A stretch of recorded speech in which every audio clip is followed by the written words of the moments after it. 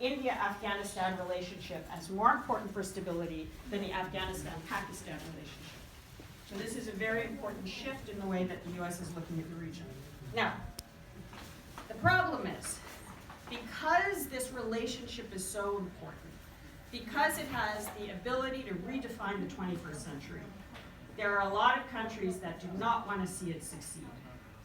And you know the ones in your immediate neighborhood, but China is a very big one. And so China has an overt interest in destabilizing this US-India relationship, and we saw it initially in Galwan. That was what we would call kinetic war, where you're actually shooting at each other. And in the process of Galwan, the Chinese learned that the Indians could fight.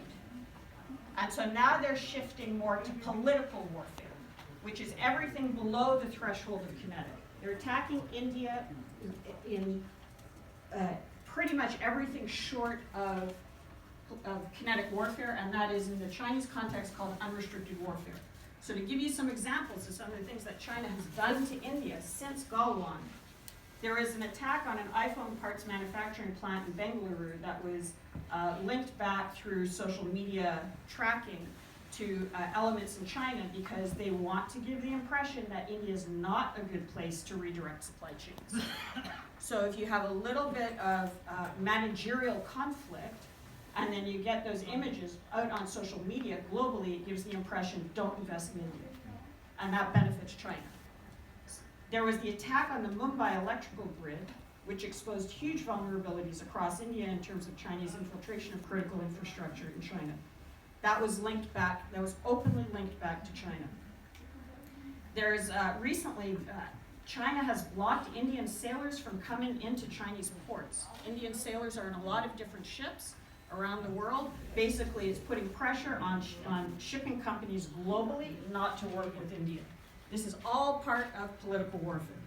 Then there are things that are harder to link directly to China, but we suspect there are linkages. So for example, there was that sabotage at the Serum Institute. There's the fire at the Serum Institute very early on, which may or may not have been linked to China, but certainly benefits China. The second wave that which has COVID, which has very peculiar characteristics.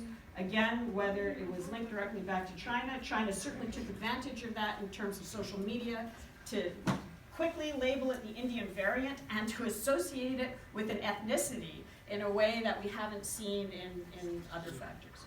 This will not stop. This is a byproduct of the success of the US-India relationship.